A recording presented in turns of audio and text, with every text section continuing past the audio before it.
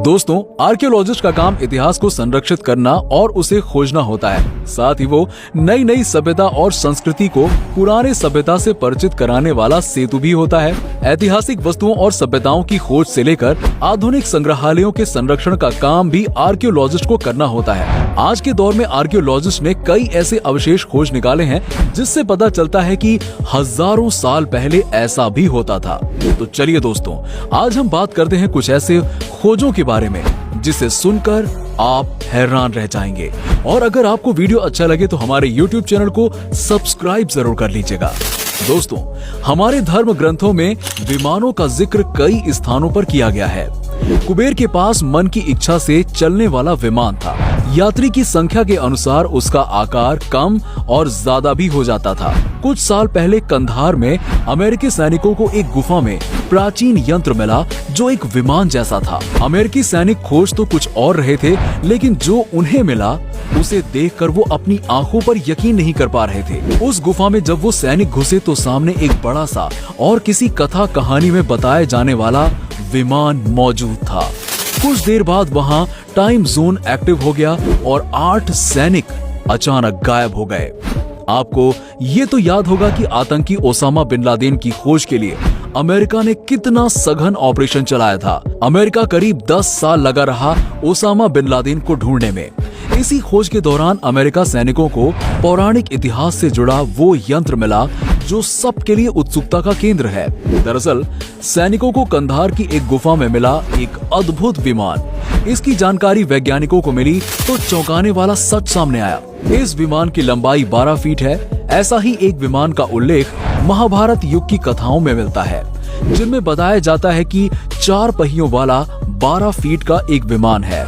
इसके पहियों में कई अलग अस्त्र लगे हुए हैं जो युद्ध के दौरान शत्रुओं का विनाश करने के लिए पर्याप्त हैं। सैनिकों के साथ हुई इस घटना के बाद रशियन फॉरेंसिक इंटेलिजेंस सर्विस ने इसकी पड़ताल की और एक रिपोर्ट पेश की, जिसमें बताया गया कि ये विमान करीबन 5000 साल पुराना है और ऐसे विमान का उल्लेख भारतीय ग्रंथ महाभारत में मिलता है।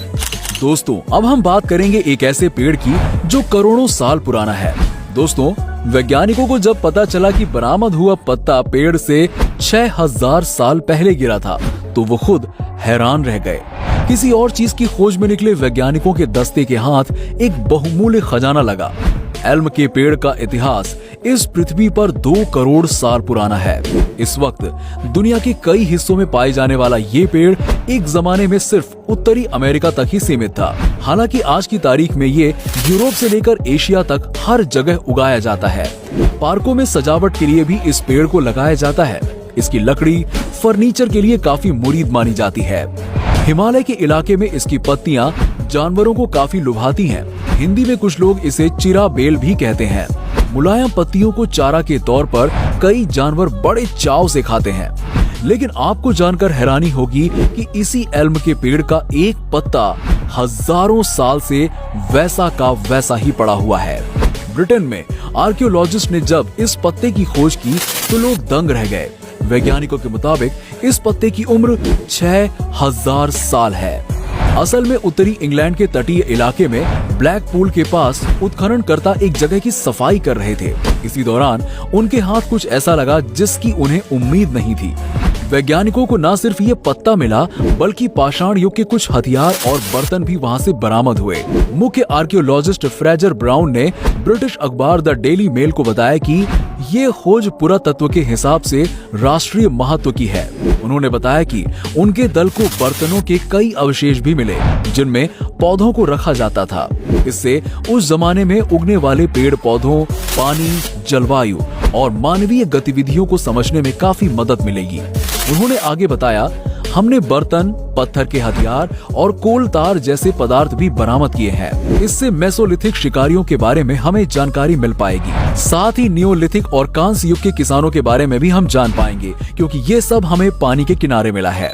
दोस्तों, अब हम बात करेंगे एक ऐसे मोबाइल फोन की जो लगभग 2800 साल पुराना है। जी हाँ, ऑस्ट्रिया में चल रही पुरातत्व विभाग की खुदाई के दौरान वैज्ञानिकों को 2800 साल पुराना मोबाइल फोन मिला। mysterious-universe.org की खबर के मुताबिक 2015 की शुरुआत में जब वैज्ञानिक साल्ज़बर्ग नामक ऑस्ट्रियन शहर में पुरातत्व महत्व वाली चीजों के लिए खुदाई कर रहे थे, तब उन्हें मोबाइल फोन से मेल खाती हुई मिट्टी की एक वस्तु मिली। खबर में बताया गया है कि ये वस्तु करीबन 2800 साल पुरानी है।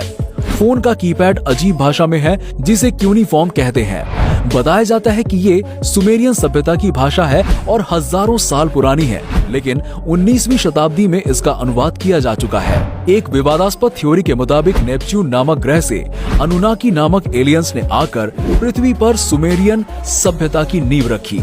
यही एलियंस इस मोबाइल फोन को यहाँ लेकर आए थे और इन्होंने सुमेरियन लोगों को इससे लैस करना चाहा होगा, लेकिन जब इन्होंने देखा कि वो लोग अभी इसके लिए तैयार नहीं हैं, तो उन्होंने उनको मिट्टी से बने मोबाइल फोन दे दिए होंगे। अगर ये सच नहीं है तो मोबाइल फोन जैसा दिखने वाला वस्तु मिलना क्या एक संयोग है या फिर सच में धरती पर एलियंस आए थे? जवाब समय के गर्भ में छुपा हुआ है, जो समय पर ही मिलेगा। जानकारी के लिए बता दें कि इस मोबाइल फोन में 12 बटन, डिस्प्ले और टॉक बटन है।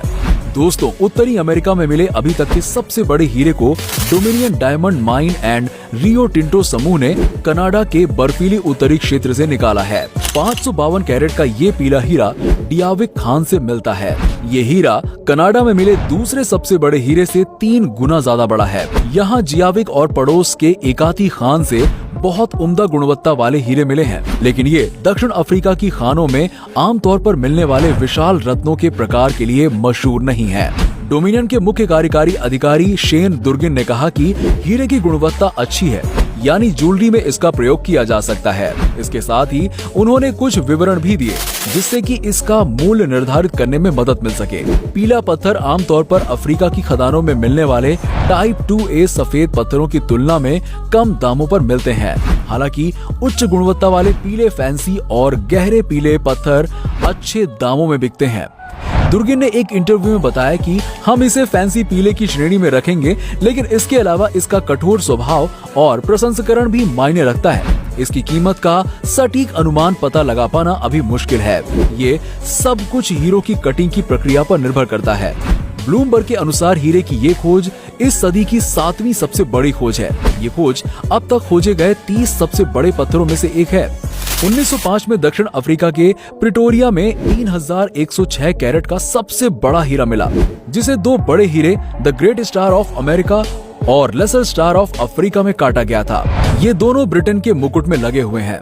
जानकारों के अनुसार पृथ्वी पर लगभग 4 से 5,000 वर्ष पूर्व हाथी जैसा दिखने वाला, लेकिन उससे भी कहीं ज्यादा विशाल एक जानवर रहता था।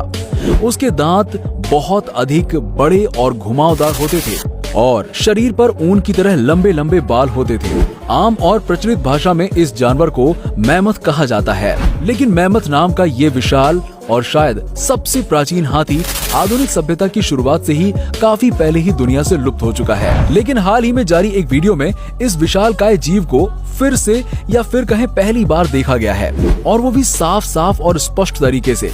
पिछले साल गर्मियों में साइबेरिया के स्वायत्त आक्रमण क्षेत्र चुकोटका में एक सरकारी इंजीनियर ने इस वीडियो को बनाया था। इंजीनियर का कहना है कि किसी निर्माण के काम में वो उस स्थान पर पहुंचा, लेकिन जब उसने एक हाथी जैसे दिखने वाले विशालकाय और अद्भुत जीव को नदी पार करते देखा तो उसे बहुत हैरानी हुई। इस जीव के बाल रूस के इस इलाके में मिले एक विशाल आकार के हाथी वुल्ली मैमथ से मिलता जुलता है। पैरानॉर्मल लेखक माइकल कोहेन का कहना है कि बहुत सारे लोगों ने इस क्षेत्र में कुछ विशाल आकार वाले जानवर देखने की बात कही है। ये अफवाह है या फिर वाकई में इसमें कोई सच्चाई है, इसकी अभी तक पुष्टि नहीं की गई है। वैसे भी साइबेरिया एक विशाल क्षेत्र है और इसके आसपास बहुत बड़े क्षेत्र को अभी भी पूरी तरह से खोजा नहीं जा सका है, जो अब भी मनुष्य की पहुंच से दूर है। उल्लेखनीय है कि ये विशालकाय जीव 10,000 साल पहले अंतिम हिमयुग के दौरान पाया गया था। इस हिमयुग का एक छोटा सा हिस्सा साइबेरिया के तट पर वोंग्रेल द्वीप के आसपास भी है। जानकारों का कहना है कि लगभग 3500 वर्ष पहले तक भी इस जानवर के जिंदा होने का अनुमान लगाया जा सकता है, लेकिन उसके बाद इसके जीवित होने के कोई भी साक्ष्य या जानकारी नहीं है। कुछ वैज्ञानिकों ने ये संभावना जताई है कि मैमथ प्रजाति के कुछ जीव जो अन्य स्थानों पर से विलुप्त हो गए थे, वो आज भी इस स्थान पर मौजूद हैं।